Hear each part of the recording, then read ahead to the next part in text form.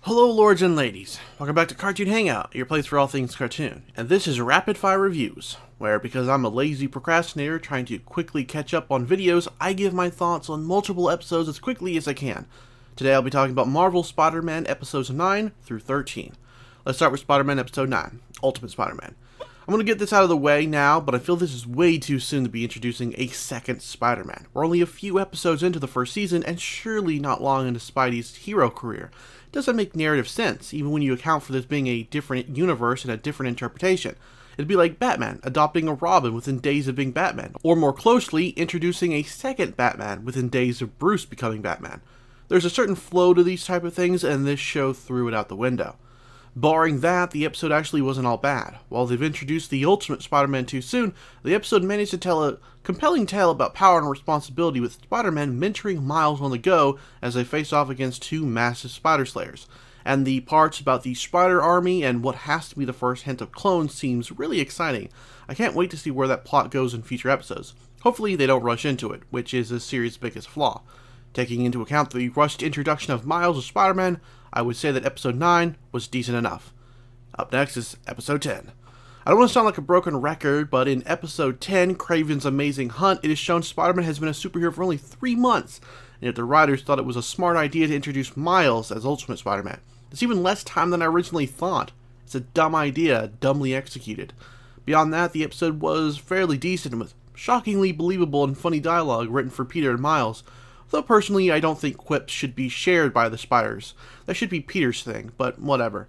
This episode also introduces Kraven. Cool new design, but my biggest gripe is this. Why does he have a metal arm? Why does it look like X-Men Cable's?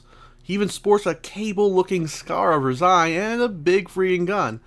Also, partway through the show, the animators gave up on giving Kraven pointy teeth and settled on normal-looking ones. If it happened in one frame, I'd look past it, but for the rest of the episode, they were missing. What a goof. Next, we have episode 11, Halloween Moon. Hulk and Man-Wolf both together in one episode make a lot of sense. Though again, we're left with a teen Jameson, who apparently turned himself into the wolf on purpose, and there's no mention of him being JJ's son, as far as I can recall. I'm not a big fan of those changes. Man-Wolf has usually been very reluctant, and this casts him in a slightly more negative light. Being that this is a Halloween episode, I do have a little bit of a bias towards it, but other than Man-Wolf and being set on the holiday, not much else is done with it. The banter between Peter and Bruce is great, highlighting the similarities between the two heroes and the problem that comes with dual identities. I'd love to get even more of this with other Marvel heroes.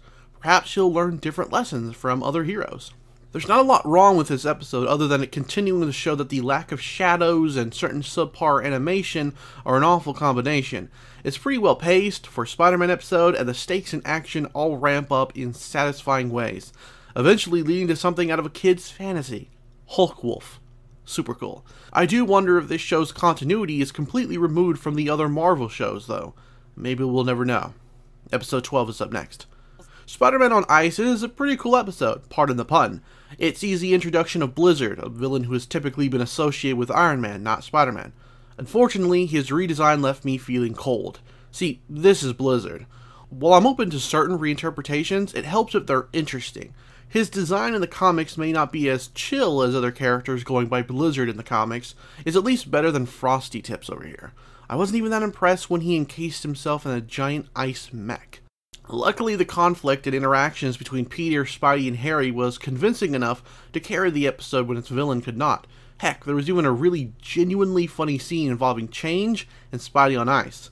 Oh, and eagle-eyed fans may have caught more than a glimpse of a certain Hobgoblin's flaming sword. The show loves these little Easter eggs, but will they amount to anything, or will they just fizzle out like many of Dan Slott's Spider-Man stories? All in all, it's another quality episode. And finally, we reach the end of this video with episode 13, Venom.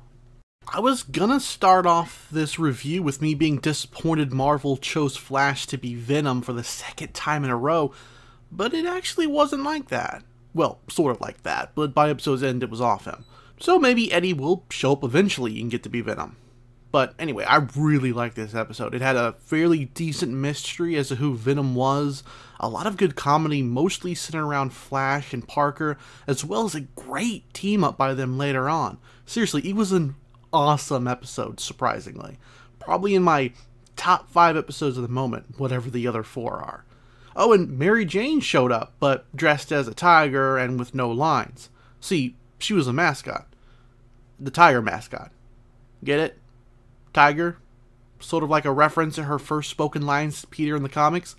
And her partial appearance in this episode, but not yet full one, could also be seen as a bit of a reference, as she only appeared in shadows before she ever got to meet Peter within the comic books.